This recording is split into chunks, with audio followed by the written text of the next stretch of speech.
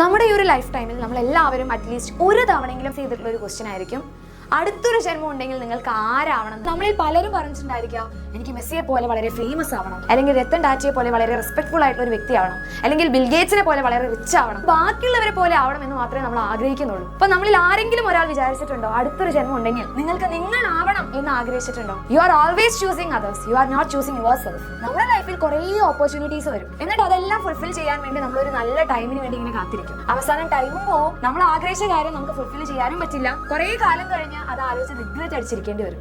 So correct ടൈമിൽ correct decision എടുത്തവർക്ക് മാത്രമാണ് ലൈഫിൽ സക്സസ് എന്ന് പറയുന്ന ആ ഒരു അൾട്ടിമേറ്റ് ഗോളിലോട്ട് എത്താൻ വേണ്ടി പറ്റിയിട്ടുള്ളൂ. നമ്മുടെ ലൈഫിൽ ബാക്കി എല്ലാത്തിനേക്കാളും വളരെ പ്രഷ്യസ് ആയിട്ടുള്ള ഒന്നാണ് ടൈം എന്ന് പറയുന്നത്. അപ്പൊ കറക്റ്റ് ടൈമിൽ കറക്റ്റ് ഡിസിഷൻ എടുത്തു കഴിഞ്ഞവരും, അതുകൂടാതെ നിങ്ങൾ എടുത്തിട്ടുള്ള ഒരു കാര്യം നിങ്ങൾക്ക് ഓക്കെ ആണെന്ന് തോന്നിക്കഴിഞ്ഞാൽ ധൈര്യമായിട്ട് മുന്നോട്ട് പോയവർ മാത്രമാണ് നിങ്ങളുടെ ലൈഫിൽ ഏതെങ്കിലും ഒരു പോയിന്റിൽ നിങ്ങൾ റിയലൈസ് ചെയ്യുള്ളൂ ദാറ്റ്സ് ഹൂ യു ആർ.